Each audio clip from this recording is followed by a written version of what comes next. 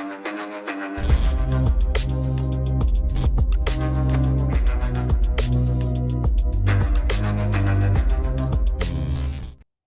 दोस्तों, मैं हूं सायन एंड आप सबको टीम नॉलेजोपीडिया की तरफ से वेलकम है हमारे चैनल में।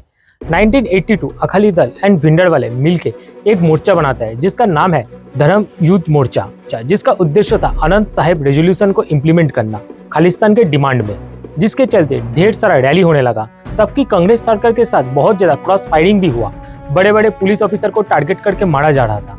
अक्टूबर 1983 को अमृतसर से दिल्ली जाने वाला एक बस को हाईजैक कर लिया जाता है एंड जिसमें से 38 हिंदू पैसेंजर को उतार के गोली मार दिया जाता है। इसके बाद बढ़ती हुई खराब सिचुएशन के वजह से पंजाब में प्रेसिडेंट रूल्स इम्पोज होता है एंड दिसंबर 1983 भिंडरवाले अपने काम करने का लोकेशन गोल्डन टेम्पल के अंदर अकाल तक शिफ्ट कर देता है एंड खुद का एक आर्म्ड आर्मी खड़ा कर देता है, जिसके पास तरह तरह के हथियार रहता है जैसे sniper, machine gun, rocket launcher सब, जिसके चलते तब की प्राइम मिनिस्टर इंदिरा गांधी ने आर्मी को फ्री हैंड दे देता है एंड ऑपरेशन ब्लू स्टार इसका नाम दिया गया था। 3 से 6 जून तक एक फाइट चलता है गोल्डन टेम्पलेट के अंदर। एज पर government report total 493 Sikh militant और साथ में भिंडरवाले का मौत हो गया एंड गोल्डन टेम्पल का भारी नुकसान हुआ। माना जाता है इसी वजह से 1984 का 21 अक्टूबर इंदिरा गांधी को उसकी 2 बॉडीगार्ड 18 गोली मार के मार देते हैं इस ऑपरेशन ब्लू स्टार का प्रतिशोध लेने के लिए। तो इतना सबके पीछे क्या रीजन है, क्या है खालिस्तान, इस घटना के बाद क्या हुआ एंड अभी क्या सिचुएशन है और अभी भी इंडिया के बाहर खालिस्तानी मूवमेंट क्यों देखने को मिल रहा है, ये सब आसान भाषा में समझने के लिए और जानने के लिए पूरी वीडियो को अच्छे से देखिए। इन सबका शुरुआत होता है बहुत पहले, करीब 1823 के आसपास। मैप में जो एरिया दिख रहा है वो है पूरा सिख साम्राज्य। इस एम्पायर का आखिरी शक्तिशाली राजा था महाराजा रंजीत सिंह। उसके मरने के बाद सिख एम्पायर बहुत ज्यादा वीक हो जाता है एंड इसी मौके पे ब्रिटिश ने पूरा सिख साम्राज्य को कब्जा कर लेते हैं एंड आज की हरियाणा का जो एरिया है वो भी ऐड कर दिया सिख साम्राज्य के साथ। इसके बाद ब्रिटिश ने लोकल प्रीस्ट को गुरुद्वारा का कंट्रोल दे देते हैं, बट ये चीज सिख संप्रदाय को बिल्कुल भी मंजूर नहीं था, जिसके चलते 1923 में अकाली मूवमेंट शुरू हुआ एंड इस मूवमेंट के दौरान 175 मेंबर्स का एक कमेटी बनाया गया जिसका नाम है श्रीमोनी गुरुद्वारा प्रबंधक कमेटी, जो आज के जमाने में SGPC नाम से भी बहुत ज्यादा फेमस है। यही SGPC प्रीस्ट को कंट्रोल से हटाया एंड गुरुद्वारा का रेगुलेट करने का कंट्रोल अपने ऊपर लिया। इस कमेटी के अंदर इलेक्शन भी होता है और प्रेसिडेंट भी चुना जाता है।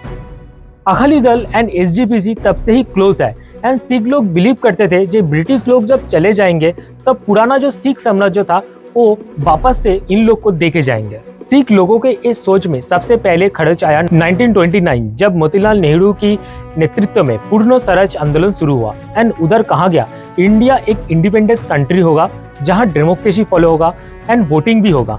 बट ये सब सिख संप्रदाय को पसंद नहीं आया क्योंकि वो लोग बिलीव करते थे एक लाइन पे, अब राज करेगा खालसा। 1946 आजादी के 1 साल पहले सिख लीडरशिप ने भी ब्रिटिश के पास ये दावा रखा कि ब्रिटिश जब देश छोड़ के जाए तब पुराना सिख साम्राज्य उनको वापस देके जाए।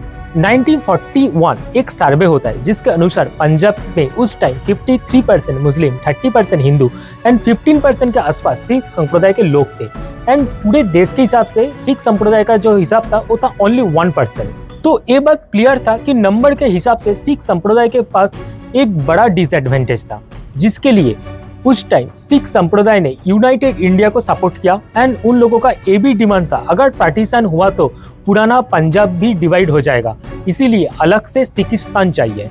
क्योंकि सिख लोग ये बिलीव कर रहा था अगर पार्टीशन हुआ तो अकॉर्डिंग मेजोरिटी मुस्लिम को मिलेगा पाकिस्तान, हिंदू को मिलेगा हिंदुस्तान, बट जो सिख है उनको भी मिलना चाहिए सिखिस्तान। इसी टाइम श्रीमोनी अकाली दल ने एक रेजोल्यूशन भी निकाला, बट 1946 जवाहरलाल नेहरू ने एश्योर किया पंजाब के बहादुर सिख स्पेशल कंसिडरेशन के हकदार है और मैं यहाँ कुछ भी गलत नहीं देख रहा अगर नॉर्थ में कोई एरिया हो जहाँ सिख आजादी से रह पाए। इस बात को लेकर भी बहुत कंट्रोवर्सी हुआ। आखिर में देश स्वाधीन के टाइम पार्टीशन हुआ एंड पंजाब को 2 हिस्सों में बांट दिया गया। 62% एरिया चला गया पाकिस्तान में जहाँ पर 55% सिख का पॉपुलेशन था। पार्टीशन के टाइम हुए वायलेंस के वजह से पाकिस्तान के साइड जो सिख थे उन लोग को अपना घर, लैंड, प्रॉपर्टी सब छोड़ के इंडिया आना पड़ा एंड एज पर रिपोर्ट पार्टीशन के दौरान सबसे ज्यादा नुकसान हुआ था सिख का ही। बट सिख बहुत जल्दी इन सब से उभर के आए।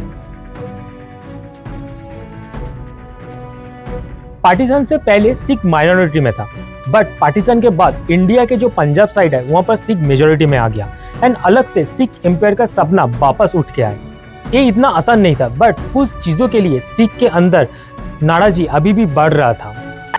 जैसे कि पहले इंडियन आर्मी में सिख को पहला प्रेफरेंस दिया जाता था, जो कि चेंज होने लगा। कोलकाता के साइड में ट्रांसपोर्ट एंड टैक्सी ड्राइवर में सिख ही ज्यादा थे, बट अभी बांग्लादेश से आए हुए बंगाली का भीड़ वहां पर बढ़ने लगा। इन सब के लिए अगेन अलग से सिख स्टेट का डिमांड शुरू हो गया। इंडियन गवर्नमेंट ने सिख मेजोरिटी एरिया को उस टाइम एक नया नाम भी दिया, Punjab and east Punjab state union. But Akali Dal का पावर बढ़ते हुए देखकर कांग्रेस सरकार ने कुछ ही दिनों में इस स्पेशल स्टेट का नाम हटा दिया। इसके बाद 1956 आता है, जहां पर स्टेट रिकॉग्नाइजेशन एक्ट लागू होता है।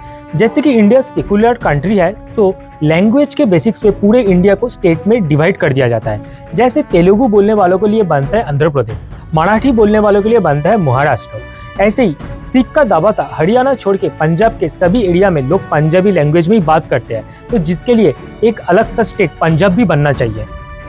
लेकिन सरकार ये चीज खारिज कर देता है। इसके बाद अकाली दल का लीडर तारा सिंह ने कहा, अब बहुत ज्यादा हो रहा, हमारे साथ भेदभाव किया जा रहा है, ये हम नहीं सहेंगे। तारा सिंह ने ये भी कहा, सिख तभी बचेंगे जब सिख प्रांत होगा। इसके बाद हिंदू के साथ सिख का छोटे मोटे दंगा भी शुरू होने लगा। 1960 से 1965 ये दंगा बहुत ज्यादा फैल गया। इसके बाद शुरू हुआ इंडिया पाकिस्तान वॉर, जहां सिख कम्युनिटी ने अनकंडीशनल सपोर्ट किया इंडियन गवर्नमेंट को। सारे प्रोटेस्ट लोग के वॉर के टाइम सरकार को सपोर्ट किया एंड वॉर के दौरान सिख सोल्जर ने एक मेजोरिटी रोल भी प्ले किया, जिसके चर्चा पूरे देश में होने लगा। आफ्टर वॉर अलग पंजाब स्टेट की डिमांड को मान लिया गया एंड पूरे पंजाब को 3 हिस्सों में डिवाइड कर दिया गया। पंजाबी बोलने वालों को लेकर बन गया पंजाब एंड बाकी 2 स्टेट बना, एक हिमाचल प्रदेश एंड दूसरा हरियाणा। बट चंडीगढ़, जहां पर 55% हिंदी स्पीकिंग लोग थे, उसको यूनियन टेरिटरी में डाला गया एंड कहा गया चंडीगढ़ पंजाब एंड हरियाणा दोनों स्टेट के अंदर ही आता है। इस बात को लेकर सिख कम्युनिटी बिल्कुल भी खुश नहीं थे। बट पंजाब अभी एक अलग स्टेट बन गया था एंड पहली बार वहां पर इलेक्शन हुआ। अकाली दल बड़ी वोट की मार्जिन से यहाँ पर जीत जाता है, बट वो अपना टर्म पूरा नहीं कर पाता, सरकार गिर जाता है एंड फिर इलेक्शन होता है एंड अगेन अकाली दल अपना टर्म को कंप्लीट नहीं कर पाता है। कांग्रेस के ऊपर ये ब्लेम लगता है कि कांग्रेस सरकार अकाली दल के मिनिस्टर को इन्फ्लुएंस करके सरकार गिरा देता है, ताकि कांग्रेस की भी उधर दबदबा बजा रहे। जैसे कि लक्ष्मण सिंह गिल अकाली दल से जीतता है, लेकिन जीतने के बाद 13 एमएलए के साथ कांग्रेस में ज्वाइन कर लेता है एंड इसके चलते अकाली दल का सरकार फिर एक बार गिर जाता है। तब सोचने लगा जो दल अपना पूरा टर्म कंप्लीट नहीं कर पा रहा है, वो पंजाब के प्रॉब्लम को पूरे देश के सामने कैसे रिप्रेजेंट करेगा। एंड इन सब के बाद 1972 के इलेक्शन में अकाली दल इलेक्शन में कांग्रेस के पास हार जाता है एंड कांग्रेस की तरफ से ज्ञानी जेल सिंह को सीएम बनाया जाता है एंड जो कि बाद में इंडिया का प्रेसिडेंट भी बनता है। इसके बाद 1973 अकाली दल 12 मेंबर्स की एक कमेटी बनाया, जहां पर सारे मुद्दों को लेकर एक बार फिर से चर्चा होने लगा। दिन पंजाब के जो प्रॉब्लम थे, जैसे चंडीगढ़ को वापस पंजाब में ऐड करना, पंजाब की रिवर का पानी सिर्फ पंजाब को ही मिले, सेंट्रल गवर्नमेंट के प्रेशर पंजाब के ऊपर ज्यादा ना रहे, इन सब को लेके एक रिपोर्ट बनाया, जिसका नाम दिया गया अनंतपुर साहिब रेजोल्यूशन। इसका पहला ड्राफ्ट बनाया सरदार कापूर सिंह, बट ये ज्यादा इम्पैक्ट नहीं कर रहा था।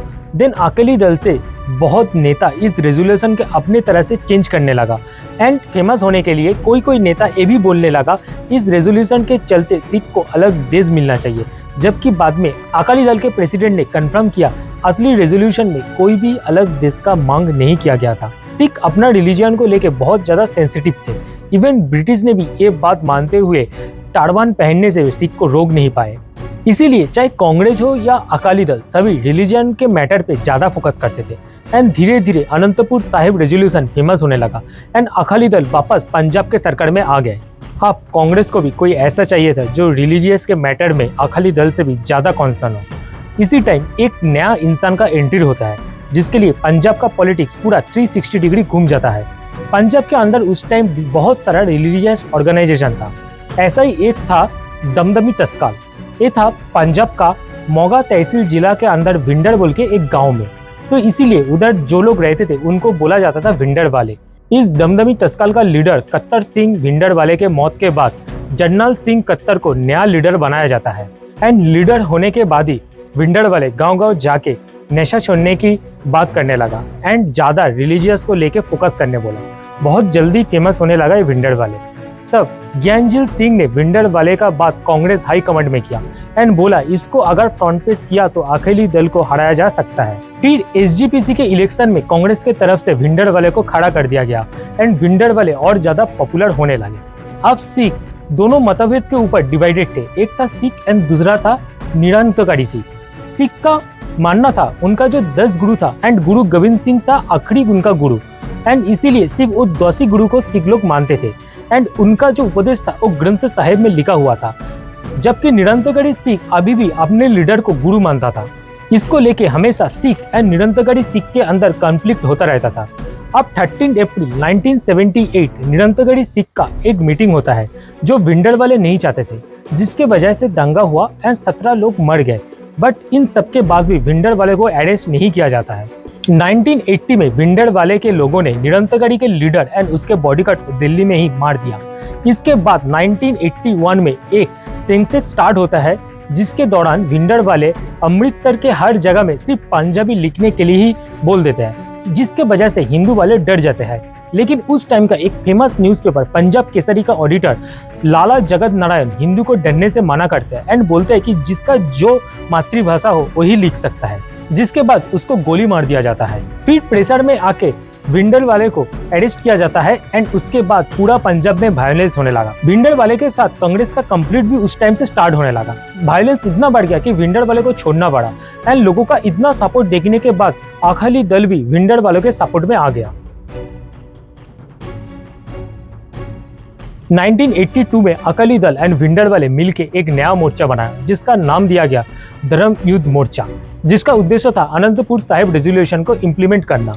इसके बाद इंडिया के दिल्ली में शुरू होने वाला था एशियन गेम्स। उधर कोई प्रॉब्लम ना हो जिसके लिए पूरी पंजाब बॉर्डर को सील कर दिया गया एंड उधर से जो भी सिख आते थे उनका बहुत अच्छे से चेकिंग होने लगा। इसको लेके भिंडरवाले ने इशू खड़ा किया कि अपने देश में सिख के साथ भेदभाव किया जा रहा है एंड भिंडरवाले अब अकाली दल से भी ज्यादा पॉपुलर हो गया। 1982 के जुलाई में पंजाब के सीएम के ऊपर एक जानलेवा हमला हुआ। अगस्त में 2 प्लेन हाईजैक हुआ एंड एक प्लेन को तो लाहौर में भी लैंड करवाया गया। बैंक रॉबरी, सरकार की हथियार लूट एवं तरह तरह की क्राइम होने लगा। बड़े बड़े पुलिस ऑफिसर को टारगेट करके मारा जा रहा था। इसके दौरान अक्टूबर 1983 अमृतसर से दिल्ली जाने वाले एक बस को हाईजैक कर लिया जाता एंड 38 हिंदू पैसेंजर को गोली मार के मार दिया जाता। वायलेंस इतना ज्यादा बढ़ जाता है कि प्रेसिडेंट रूल्स इम्प्लीमेंट होने लगा। इसके बाद 15 दिसंबर 1983 भिंडरवाले अपने काम करने का लोकेशन को गोल्डन टेम्पल के अंदर अकल तक शिफ्ट कर लेते हैं ताकि वो अंदर सेफ रहे एंड पूरे गोल्डन टेम्पल को एक फोर्ट की तरह यूज करने लगा। उसके खुद के ही एक आर्मी था, ढेर सारा हथियार था उसके साथ और इन सब को ट्रेन करने के लिए 2 रिटायर्ड आर्मी जनरल भी था, जिसमें से एक था जनरल सर्वेश सिंह जो 1971 वॉर का एक हीरो भी था एंड उसको परम विशेष सेवा मेडल भी मिला था। लेकिन उसके ऊपर करप्शन का केस डाल के आर्मी से निकाल दिया गया था और बाद में वो कोर्ट में गलत साबित हुआ, जिसके चलते वो भिंडरवाले के साथ एक साथ मिल गया। ट्रक भर के हथियार आ रहे थे गोल्डन टेम्पल के अंदर एंड तब की सरकार इंदिरा गांधी की गवर्नमेंट ने समझौते में आने के लिए भी ट्राई किया, बट अकाली दल तो मान गया लेकिन भिंडरवाले ने खारिज कर दिया। देन आर्मी को ऑर्डर दिया गया एंड इसका पूरा जिम्मा दिया गया मेजर जनरल कुलदीप सिंह बराड़ को। देखते ही देखते पूरी पंजाब में आर्मी छा गया एंड हथियार खत्ते होने लगे। ऑपरेशन का नाम दिया गया ऑपरेशन ब्लू स्टार। ये मिशन इतना सीक्रेट था कि इंडिया के प्रेसिडेंट को भी इसके बारे में डिटेल्स में कुछ भी मालूम नहीं था। 1 जून आर्मी पूरे पंजाब को टेक ओवर कर लेते हैं एंड सारे कम्युनिकेशन को काट कर देते हैं और जितने भी रिपोर्टर्स हैं सबको एक बस में भर के अमृतसर से बाहर कर दिया जाता है। 3 जून गुरु अर्जुन देव जी का शहीदी दिवस था एंड गोल्डन टेम्पल में बहुत सारे लोग आए थे, तो भिंडरवाले सबको बंदी बना देता है ताकि आर्मी उसके ऊपर अटैक ना कर पाए। 3 से 6 जून तक एक फाइट चलता है। इंटेलिजेंस भी यहाँ पर गलत साबित होता है, जिसके वजह से भारी नुकसान सहना पड़ता है आर्मी को, क्योंकि दुश्मनों के पास स्नाइपर, रॉकेट लॉन्चर एंड ढेर सारा हथियार था। आर्मी ने बाहर से भी सारे तार को काट कर देता है ताकि अंदर इलेक्ट्रिसिटी ना रहे। टेलीफोन लाइन भी कट कर दिया जाता है एंड अंदर पानी जाने वाले सारे नल को भी बंद किया जाता है।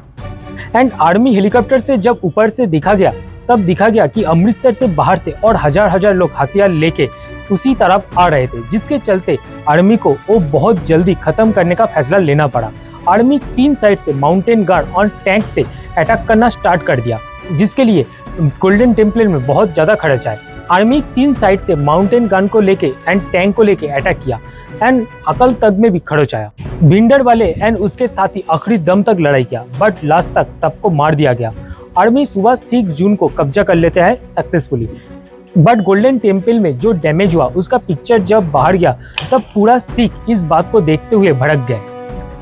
इसके बाद 4000 से ज्यादा आर्मी इस्तीफा दे देता है इस प्रोटेस्ट को लेके। इवन इंदिरा गांधी जब विजिट करने गया गोल्डन टेम्पल को देख के वो भी शॉक्ड हो गया। कुछ सिख ये भी कसम खाया जो इसके पीछे है उन सब का बदला लिया जाएगा। इंटेलिजेंस ने इंदिरा गांधी को ये भी बताया कि उनके बॉडीगार्ड में जो सिख है उनको हटाया जाए उसके सेफ्टी के खातिर, बट इंदिरा गांधी ने ये सीधा मना कर दिया, बोला कि इससे गलत मैसेज फैलेगा। इसके बाद 21 अक्टूबर 1984 उसके ही बॉडीगार्ड वीरेंद्र सिंह एंड सतवंत सिंह 18 गोली मार के इंदिरा गांधी को मार देता है। उसको तुरंत ही एम्स में लिया जाता है, बट 2 बजे के आसपास उसका मौत हो जाता है। इसके बाद हिंदू और सिख रायोट होना शुरू हो गया। देश की हर जगह से सिख को टारगेट करके मारा जा रहा था। नारा लग रहा था खून का बदला खून। एज पर रिपोर्ट 2600 सिख को मार दिया गया था एंड उनके दुकान प्रॉपर्टी सब कुछ में आग लगाया गया था। इसके बाद अरेस्ट भी हुए, लेकिन बाद में सबको छोड़ दिया गया, ये मान के कि इससे इस चीज का हल नहीं निकलेगा। कांग्रेस के बड़े बड़े नेता पुलिस ऑफिसर डायरेक्ट इन्वॉल्व था इस इंसिडेंट में एंड बाद में कांग्रेस के तरफ से उन लोग को टिकट भी दिया गया एंड वो लोग जीत भी गए। इसके बाद 1984 राजीव गांधी बड़े वोट के मार्जिन से जीत जाता है एंड वादा करते हैं पंजाब की प्रॉब्लम को टॉप प्रायोरिटी देगा। इसके बाद 1985 राजीव गांधी अकाली दल के साथ एक रेजोल्यूशन साइन करता है जिसका नाम था राजीव लॉन्गोवाट एक्वार्ड। इस रेजोल्यूशन में कहा गया चंडीगढ़ को 1986 में पंजाब में ऐड किया जाएगा, बट हरियाणा के सीएम इसके बाद डिक्लेयर करते हैं अगर चंडीगढ़ पंजाब में ऐड हुआ तो हरियाणा के लोगों का भरोसा सरकार से उठ जाएगा एंड इसके चलते कांग्रेस अगेन इस मैटर को डाल दिया। इसके बाद भिंडरवाले के समर्थक फिर से एक्टिव हो गया एंड दोबारा गोल्डन टेम्पल में एक ऑपरेशन करना पड़ा जिसके नाम था ऑपरेशन ब्लैक थंडर। इसके बाद आर्मी का हेल्प लेने का जरूरत नहीं पड़ा, पंजाब पुलिस ने इस बात को अच्छे से संभाल लिया। इसके बाद दोबारा और एक बार गोल्डन टेम्पल के अंदर ऑपरेशन हुआ। इसके बाद धीरे धीरे भिंडरवाले के हार्ड समर्थक को एलिमिनेट कर दिया गया एंड जो बचे कुचे लोग थे वो देश छोड़ के भाग गए। इसके बाद चंद्रशेखर जब भी कोई पब्लिक मीटिंग को अटेंड करता था वहाँ पर वाहिगुरु जी की खालसा वाहिगुरु जी की फतेह बोल के शुरू करता था। फिर मनमोहन सिंह भी 2004 को देश का पीएम बना। ये कहा जाता इसके पीछे भी सिख को खुश करने का एक रीजन था। इसके बाद खालिस्तानी प्रोटेस्ट छोटे मोटे आकार में देश के बाहर होने लगा एंड 2015 तक ये बहुत ही कम था, लेकिन फर्स्ट 2015 फरीदपुर डिस्ट्रिक्ट के एक गांव के गुरुद्वारा में ग्रंथ साहिब को चोरी होते हैं एंड उसके दौरान उसी गांव में खालिस्तानी झंडा एंड स्लोगन देखने को मिला। इसके बाद दीप सिंधु के एंट्री होते हैं एंड वारिस पंजाब बोल के एक संगठन भी बनाया गया, बट एक रोड एक्सीडेंट में दीप सिंधु की मौत हो जाता है। इसके बाद एंट्री होता है उसके ही एक दोस्त अमृतपाल सिंह के जो दुबई में रहते थे। वो इंडिया आके वारिस पंजाब का लीडर बना एंड इंडिया आते ही भिंडरवाले के गाँव जाके सबसे मिलने लगे। कुछ लोग उसको भिंडरवाले भी बोलने लगे। इसी तरह वापस एक रफ्तार मिला खालिस्तानी मूवमेंट को।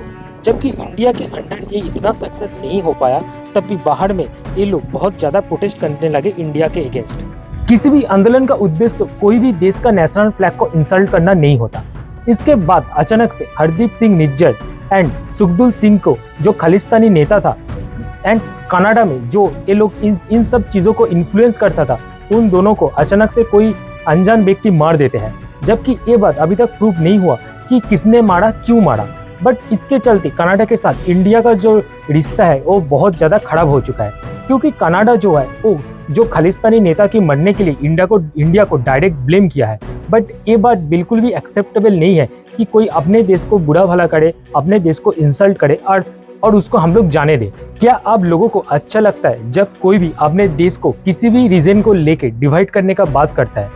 मेरे ख्याल में इंडिया की सबसे ज़्यादा खूबसूरती इसमें ही है कि सबके साथ में रहना चाहिए। ये लोग खालिस्तान के नाम में जब हमारे देश का तिरंगा को जमीन में फेंक के उसका इंसल्ट करता है, गाली देता है, तो वो बिल्कुल भी एक्सेप्टेबल नहीं है। क्योंकि मेरे ख्याल से देश सबसे पहले होता है। अगर कोई भी अपने देश को गाली देगा, इंसल्ट करेगा, तो मेरे ख्याल से उसका साजा होना चाहिए। तो आप लोगों को भी क्या लगता है वो कमेंट सेक्शन में जरूर बताइए एंड पूरा वीडियो को सबके साथ शेयर करें और चैनल को सब्सक्राइब करें।